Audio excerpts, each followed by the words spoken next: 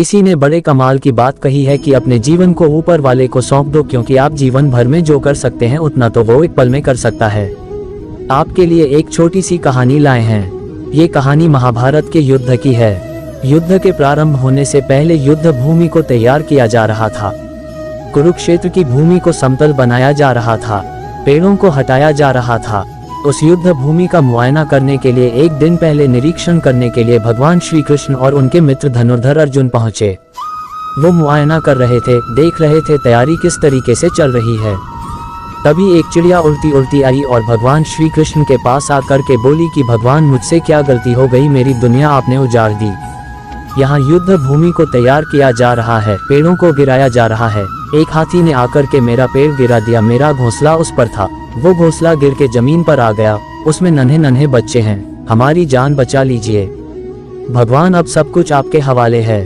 भगवान श्री कृष्ण ने कहा कि मैं इसमें क्या कर सकता हूँ, मैं तुम्हारी मदद नहीं कर सकता, ये तो नियति का पहिया है, स्यूमे का पहिया घूमता चला जाता है, इसमें मैं क्या कर सकता हूँ बताओ। वो चिड़िया रोते हुए बोली कि भगवान, मुझे बस एक इजाजत दे दीजिए। भगवान ने कहा कि बोलो क्या क्या इजाजत चाहिए।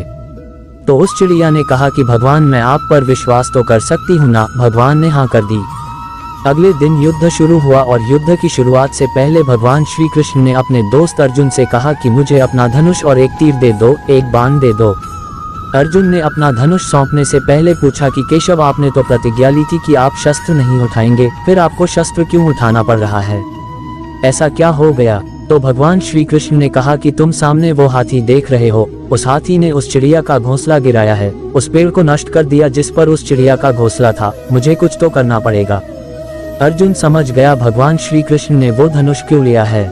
एक तीर छोड़ा, लेकिन ये क्या, वो तीर जाकर के हाथी को लगा ही नहीं, उसके गले में घंटी लटकी थी, उस पर जाकर के लगा और वो घंटी नीचे जमीन पर गिर गई। अर्जुन हंसने लगा और कहने लगा कि माधव, आपसे नहीं हो पाया, मुझे मौका दीजिए, 1 मिनट में उस हाथी को नष्ट कर दूंगा, खत्म कर दूंगा। भगवान ने कहा कि नहीं हो गया, बस इतना काफी था। अर्जुन ने भी ज्यादा सवाल जवाब नहीं किए।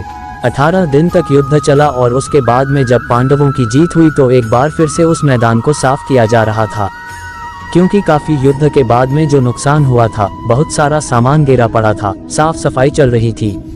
भगवान श्री कृष्ण एक बार फिर से अपने मित्र अर्जुन के साथ में उसी भूमि का निरीक्षण करने के लिए निकले और अर्जुन से कहा कि एक काम करो, मेरे रथ से उतरिए और जाकर के नीचे वो जो घंटी रखी है उसको हटा दीजिएगा। अर्जुन चौंक गया और सोचने लगा कि हमने युद्ध जीत लिया है, हम इतने महान बन चुके हैं और यह मुझे एक घंटी उठाने के लिए, युद्ध भूमि की साफ सफाई करने के लिए कह रहे हैं।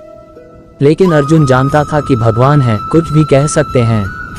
रथ से नीचे उतरा और जाकर उस घंटी को उठाया और जैसे ही उस घंटी को उठाया वैसे ही उसके नीचे से चिड़िया और उसके नन्हे नन्हे बच्चों ने फड़फड़ाते हुए उड़ान भर ली।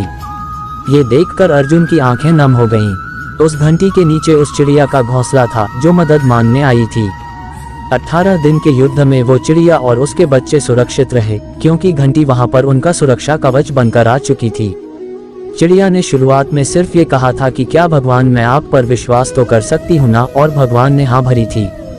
कहानी बहुत छोटी है, लेकिन हमें सिखाती है कि दुनिया में हमारे सामने चाहे जो परिस्थिति आ जाए, एक काम कीजिएगा, अपने जीवन को ऊपर वाले को सौंप दीजिएगा, क्योंकि आप जीवन भर में जितना कर सकते हैं उससे कहीं ज्यादा तो वो एक पल में कर सकता है। हमेशा आपसे कहता हूँ कि ऊपर वाले के आशीर्वाद के साथ, अपनी सच्ची मेहनत के साथ और अपनी फैमिली के प्यार के साथ कर दिखाओ कुछ ऐसा कि दुनिया करना चाहे आपके जैसा।